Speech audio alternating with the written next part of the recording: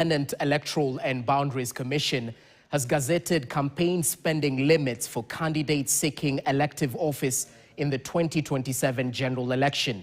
Under the new rules, a presidential candidate will be allowed to spend up to 4.4 billion shillings during the official campaign period.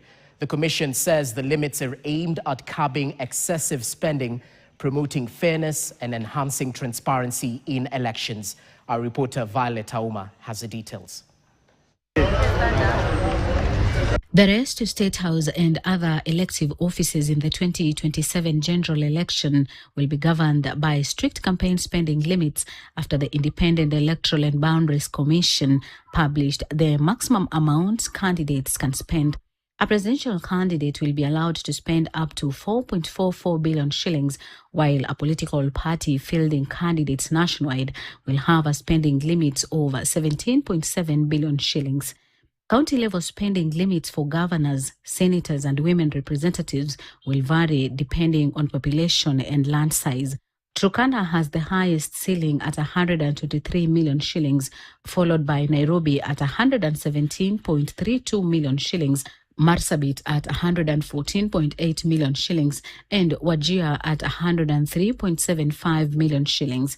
In Western Kenya, candidates in Kakamega will each be allowed to spend up to 59.27 million shillings compared to 54.52 million shillings in Bungoma and 25.16 million shillings in Vihiga County.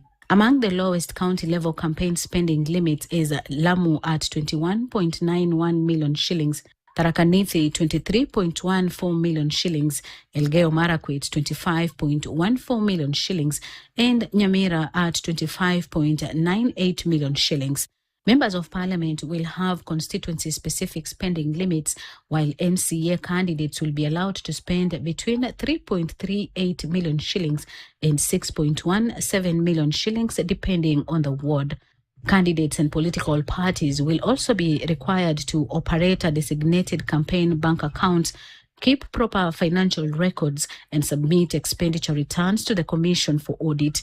The new limits are intended to curb excessive campaign spending and enhance accountability ahead of the 2027 general election. However, their effectiveness will largely depend on the Commission's ability to monitor campaign expenditure and enforce compliance. Violet Auma, KTN.